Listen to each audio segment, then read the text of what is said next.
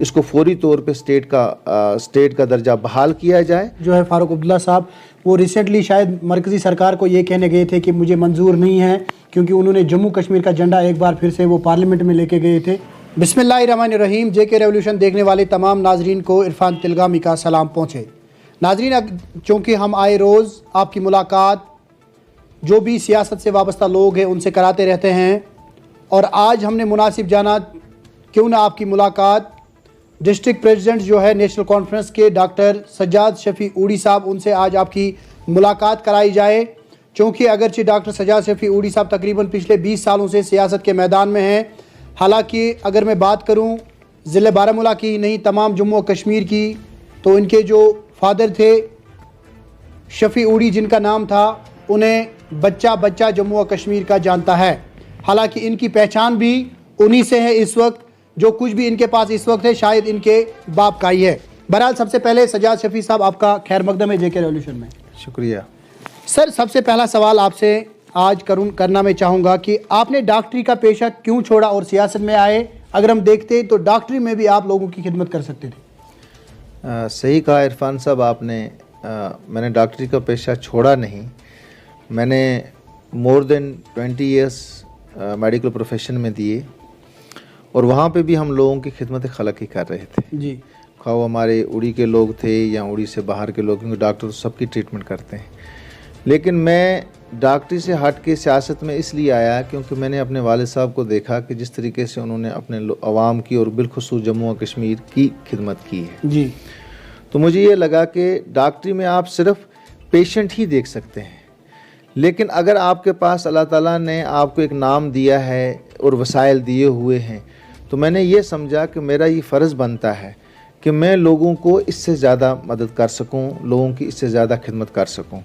अगर मेरे किसी ऑफिस में जाने से, मेरे किसी जगह चिट्ठी लिखने से, मेरे कहीं फ़ोन करने से, अगर मेरे किसी बहन भाई बुज़ुर्ग का काम होता है और उसके मुंह से सिर्फ ये दुआ निकल जाए कि जाओ अल्लाह ताला तुम्हारा ये जहान और इससे भी ज़्यादा वो जहान में कामयाबी अता फ़रमाए, तो मैं सिर्फ इस गर्ज़ के लिए आया हूँ कि अल्लाह ताला हमारे गुनाहों को माफ़ करे और उस जहान में हमारे लिए अच्छा करे। और अगर हम लोगों की मदद कर सकते हैं तो मैंने ये बेहतर समझा कि मैं इससे ज़्यादा खिदमत कर सकता हूँ, इससे ज़्यादा लोगों की मदद कर सकता हूँ, इसलिए मैं इस फील्ड में आया। तो डॉक्टर साहब, आप मुझे बताएं कि रिसेंटली आपको डिस्ट्रिक्ट प्रेसिडेंट बनाया गया है ज़िले बारामूला का। जी। आपने बोला कि मैं लोगों की खिदमत करना चाहता हूं, तो मुझे आप बताएं डॉक्टर साहब, क्या आपने आज तक ज़िले बारामूला का किसी गांव का दौरा किया आज तक, या किसी कॉन्स्टिट्यूंसी का दौरा किया? आपने वहां पे लोगों के हालात जाने? देखिए, मैं डिस्ट्रिक्ट बारामूला को पूरे को जानता हूँ जी। इससे पहले आप ये कहेंगे मैं लखनपुर से लेके कफवाड़ा तक सारे इलाके को मैंने घूमा हूँ। और जैसे कि आपने कहा कि अमली सियासत में मैं लेट आया, लेकिन 2002 से मैं अगर देखेंगे तो मैं सियासत में था, लोगों की खिदमत कर रहा था सियासी तौर पे। तो मैं जम्मू कश्मीर के हर इलाके को जानता हूँ जी। और डिस्ट्रिक्ट बारामूला तो मेरा अपना डिस्ट्रिक्ट है, खा वो टंगमर कॉन्स्टिट्यूंसी हो, बिल्कुल, खा वो वागुरा कॉन्स्टिट्यूंसी हो, खा वो रफ़ियाबाद हो, सोपर हो या पटन हो, मैं सारे इलाके को जानता हूं और मुझे हर इलाके की प्रॉब्लम्स तक वाकिफ़ हैं कि लोग किन किन चीज़ों से जूझ रहे हैं। जी। तो अभी हमने ये मनसब जो है, अभी रिसेंटली मुझे पार्टी ने ये रिस्पॉन्सिबिलिटी दी है और बड़े क्रूशल टाइम में ये रिस्पॉन्सिबिलिटी मिली है, जब आप देख रहे हैं कि हमारी रियासत जो है 370-35 से ख़त्म हो गया और बाकी यूटीज़ को स्टेट बनाया जाता है। ये पहली मर्तबा हिस्ट्री में होगा हिंदुस्तान की कि एक बहुत बड़ी स्टेट को यूटी बनाया गया। बिल्कुल। तो हम एक सियासी जंग लड़ रहे हैं, हम स्टेटहुड वापस लेना चाहते हैं। 35 और 370 का जो मसला है वो इस वक्त ऑनरेबल सुप्रीम कोर्ट में है, तो जो कोर्ट में मसला है उसके ऊपर मैं एलाबोरेशन नहीं करना चाहता हूँ, लेट द कोर्ट डिसाइड्स। लेकिन हम उसमें कोर्ट में जदोजहद करेंगे और वो लड़ेंगे उसके लिए। लेकिन हमारा इसका जो है प्राइम फोकस जो है वो यही है कि रियासत को अपना रियासत का दर्जा वापस दिया जाए जम्मू और कश्मीर को, और स्टेट वापस आए। डिलिमिटेशन का इन्होंने रखा हुआ है और फौरी तौर पे इलेक्शंस हों, ताकि रोज़मर्रा के जो लोग इसका सफ़र कर रहे हैं, लोगों की जो मुश्किलात हैं, इन मुश्किलात का अजाला जो है वो पीपल्स रिप्रेजेंटेटिव ही दे सकते हैं। और सरदारी जो है वो अवाम का हक है।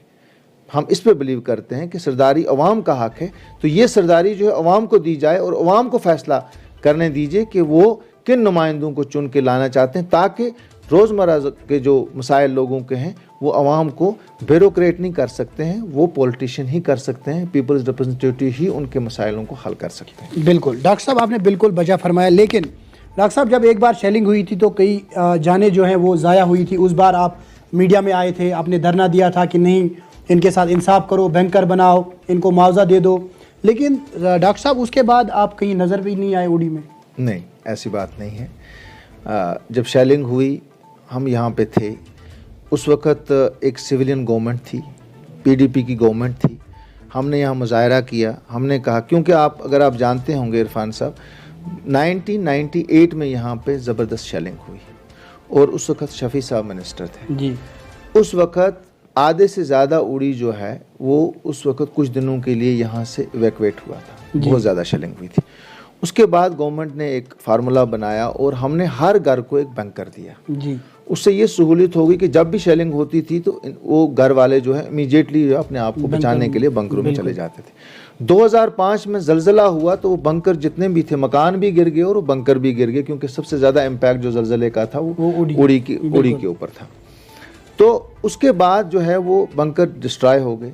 उसके बाद जब दोबारा शेलिंग्स हुई तो हमने यही गवर्नमेंट को डिमांड की कि भाई वो बंकर्स दोबारा बनाए जाएं, क्योंकि वो बंकर्स नहीं हैं और लोगों को सहूलियत दी जाए। ख़ास तौर पे कमल कोट बेल्ट है हमारा, ये नामला, गरकोट, बलकोट, चुरुंडा, नावा, ये जो हमारा बेल्ट है इसमें सबसे ज़्यादा शेलिंग होती है। तो हमारे ये कि भाई उसके लिए हमने जदोजहद की, फिर गवर्नमेंट ने उसको अप्रूव भी किए। उस वक़्त गवर्नमेंट ने जम्मू में बंकर्स दिए वहाँ पे बॉर्डर्स के लिए, उसी हमने कहा उसी पैटर्न पे यहाँ पे भी बंकर्स दिए जाएं, तो गवर्नमेंट ने अप्रूव किए। लेकिन सरदारी अवाम का हक है, अवाम की जो हुकूमत थी वो चली गई। नतीजा ये हुआ कि वो स्लो डाउन हो गए। फिर भी हमने वो जदोजहद जारी रखी। अब 2 साल से कोरोना है, स्लो डाउन हो गई है, डेवलपमेंट पेस ख़त्म हो गया है, पीपल्स रिप्रेजेंटेटिव है नहीं, उसके बावजूद भी हमने पूरी कोशिश की और अभी इन्होंने हमारे यहाँ पे कम्युनिटी बंकर्स दिए हुए हैं। लेकिन कम्युनिटी बंकर्स में भी हमने डीसी साहब से भी कहा है और ऊपर एडमिनिस्ट्रेशन से भी कहा कि कम्युनिटी बंकर जो है it's not going to serve the people, क्योंकि वो एक इलाके में एक जगह पे बनाया जाता है और जब शेलिंग होती है तो वहाँ पहुँचना बड़ा मुश्किल है, सब लोग वहाँ नहीं पहुँच सकेंगे। हम अभी भी इनको जोर दे रहे हैं कि जो है आप कम्युनिटी बंकर्स की जगह जो है वो जो है इंडिविजुअल बंकर्स दिए जाएं, लोग खुद बनाएंगे या रूरल डेवलपमेंट डिपार्टमेंट बनाए, ताकि लोगों को ये सहूलियत मिल जाए। हम उसके ऊपर अभी भी पीछे हैं, अभी वो कम्युनिटी बंकर्स बना रहे हैं, लेकिन हमारा फोकस जो है कि इंडिविजुअल बंकर्स दिए जाएँ। अच्छा डॉक्टर साहब, आप मुझे बताएं, चूँकि उड़ी का जो इलाका है बालाई इलाका है ज़्यादातर और लोग जो है काफ़ी जंगलों में रहते हैं, तो अभी तक वहाँ पे जो है रोड की फैसिलिटी उन्हें नहीं है, तो इस हवाले से आज तक आपने क्या इकदाम उठाए? देखिए, रोड की कनेक्टिविटी की अगर आप बात करेंगे तो मैं ये दावे से कह सकता हूँ कि अगर आप किश्तवाड़ को, भद्रवाह को या आप कपाड़ा के अज़ला में जाएंगे, उन इलाकों को देखेंगे, या अगर आप अनंतनाग के अज़ला में जाएंगे या शुपियाँ में जाएंगे, तो मैं दावे से कह सकता हूँ कि हमारे उड़ी में रोड कनेक्टिविटी हमने सबसे बेस्ट लाई हुई है। हमारे इस वक्त कोई भी गांव जो है वो रोड कनेक्टिविटी के बगैर, आपको कोई भी बड़ा गांव, कोई भी बड़ा हलका जो है रोड कनेक्टिविटी के बगैर नहीं ना आएगा। 2014 में जब जनाब शफ़ी साहब MLA बने, उस वक्त से लेके इस वक्त तक टिल नाउ, इस वक्त भी हमने हमारे 12 प्रोजेक्ट्स जो हैं, मोर देन 12 प्रोजेक्ट्स हैं, वो अपग्रेडेशन में और PMGSY में प्रोजेक्ट चल रहे हैं। और कई प्रोजेक्ट्स का जो है इस बार मैग्नेमाइजेशन भी हुआ। हमारे नबार्ड में प्रोजेक्ट्स बन रहे हैं। अब हमारा नेक्स्ट फेज जो इसका चल रहा है, हम पत्तियों को कनेक्ट करने की कोशिश कर रहे हैं। हमने हल्के कनेक्ट कर दिए हैं। चौटाली में रोड गई, दारा कुंजन में रोड गई, आपके लिम्बर में रोड है, बाबा गेल में रोड है, आपके लचीपुरा माइया तक रोड है। अगर आप उस साइड से आप ले लेंगे तो उस इलाके में हमने कहीं जगह पे भी हमने जो दुदरन, कभी कोई सोच ही नहीं सकता था, दुदरन से अब हम नेक्स्ट जो है बाग दुदरन और डन्ना की तरफ नेक्स्ट प्रोजेक्ट हमारा है कि उस पत्ती को भी टच किया जाए। तो रोड कनेक्टिविटी में हमने कोई ऐसी कोशिश, मतलब कोई हम पीछे नहीं रहे हैं। और खुदा के फजल करम से रोड कनेक्टिविटी में हम बहुत अच्छे हैं। इस वक्त आप कहीं भी अगर आप हमारी कॉन्स्टिट्यूंसी में उड़ी में जाना चाहेंगे, किसी भी इलाके में, तो हर हलके में आप बाय रोड ही जाएंगे। कोई हलका हमारा अनकनेक्टेड नहीं है। हाँ, एक आध पतियाँ हैं हमारी, एक कस्सी है हमारी बोनियार में। पूछने वाला था मैं आपसे। हाँ, बिल्कुल पूछने कस्सी, वाला था। बिल्कुल आप पूछने वाले थे तो मैं आपको यहीं से बताऊंगा। कस्सी का प्रोजेक्ट मैंने 3 साल पहले अप्रूव कराया है नाबार्ड में। बदकिस्मती ये है कि उसकी जो ठेकेदार है उसका और डिपार्टमेंट का आपस में झगड़ा चल रहा है। उसमें मैंने एनओसी भी दिलवाई फॉरेस्ट डिपार्टमेंट से, लेकिन जब उन्होंने काम शुरू किया तो उन्होंने कहा कि यहाँ पे स्टीप है, हम यहाँ से नहीं दूसरी जगह से लेंगे। जो पहला फॉरेस्ट डिपार्टमेंट ने क्लियरेंस दी थी वो 10 दरख्तों को काटने की दी थी। अब वो कह रहे हैं कि 50 दरख्त आ रहे हैं। तो उसका हमने दोबारा वो भेजा है फॉरेस्ट डिपार्टमेंट को कि भाई आप इसकी क्लियरेंस कीजिए। पैसा ऑलरेडी दिया हुआ है, प्रोजेक्ट मैंने दिया है। उस साइड में, बोनियार साइड में अगर एक इलाका रहता है वो कस्सी का रहता है, लेकिन उसमें भी प्रोजेक्ट मैंने दिया, प्रोजेक्ट अप्रूव्ड है। अब वो department and forest department and R&B का झगड़ा है और ठेकेदार का झगड़ा है, जिसकी वजह से लोग सफ़र कर रहे हैं। और मैं उसके भी पीछे हूँ, इंशाल्लाह रब्बिल अज़ीम वो भी हम सॉर्ट आउट करके उनको भी हम जो है कनेक्टिविटी। डॉक्टर साहब, यहाँ पे आपने मेरे दिल की बात की, क्योंकि मैं आपसे पूछने वाला था कस्सी का ये सवाल, क्योंकि कस्सी में मैं खुद गया, वहाँ पे चल के जाना पड़ता है, पैदल जाना पड़ता है। अगर बीमार होता है तो उसको वो आज भी कंधों पे उठा के लाते हैं। लेकिन जब आपने वहीं से कहा तो मुझे वाकई लगा कि आपको अपने पूरे इलाके की खबर है जी। अच्छा डॉक्टर साहब, आप मुझे बताएं, चूँकि अगर हम देखें इस वक्त का माहौल जो है जम्मू और कश्मीर में, लोग काफ़ी परेशान हैं, ऑफिसर लोगों की बात ही नहीं सुन रहे हैं। यहाँ पे हर कोई बोलता है इलेक्शन होना चाहिए, इलेक्शन होना चाहिए, हमें अपनी सरकार होनी चाहिए। अगर यहाँ पे अपना लोकल हमारा कोई रिप्रेजेंटेटिव होता, उसके पास लोग जाते, उससे वो कुछ बोलते तो वो उनका काम करता था। लेकिन अगर हम आज देखें तो लोग काफ़ी बेबस हो गए हैं, काफ़ी लाचार हो गए हैं। तो क्या लगता है आपको, इसका इलाज क्या है? देखिए इरफान साहब, इसका सबसे बड़ा इलाज जो है, जो मैंने पहले भी आपसे कहा कि सरदारी अवाम का हक है। बिल्कुल, ये हक जो है अवाम को ये वापस मिलना चाहिए। पूरे हिंदुस्तान में कोई भी स्टेट नहीं है जहाँ पे इसका जमहूरी हुकूमत नहीं है, वाहिद जम्मू और कश्मीर को छोड़ के। जो जम्मू और कश्मीर के साथ हुआ 2 साल पहले 5 अगस्त को, वो अगर आप देखेंगे हमारी नज़र में इट वॉज टोटली अनकॉन्स्टिट्यूशनल। तो जो चीज़ की गई, हमारा स्पेशल स्टेटस वापस लिया गया, उसके बाद इस स्टेट को 2 टुकड़े किए गए, लद्दाख अलग किया गया। इस स्टेट की सबसे ब्यूटी ये थी कि स्टेट में हिंदू, मुस्लिम, सिख, ईसाई, बौद्ध, जैनी सब इकट्ठे रहते थे और ये एक सेक्युलर क्रेडेंशियल स्टेट मानी जाती थी। मेजॉरिटी मुस्लिम होने के बाद भी इसमें एक सेक्युलर कैरेक्टर था। बिल्कुल, उसको डिवाइड किया गया और लद्दाख को अलग यूटी किया गया और जम्मू और कश्मीर को इकट्ठे रखा गया। लेकिन इतने बड़े इलाके को स्टेट से हटा के यूटी में पहुंचाया गया, जो बिल्कुल गलत हुआ। बदकिस्मती ये, हम उसी की लड़ाई लड़ रहे हैं कि भाई आपने तो छोटी छोटी यूटीज़ को स्टेट बनाया, अरुणाचल को स्टेट बना दिया, गोवा को स्टेट बना दिया। तो ये पहली मर्तबा है जम्मू और कश्मीर की आवाम के साथ कि आपने एक बहुत बड़ी स्टेट को यूटी किया हुआ है।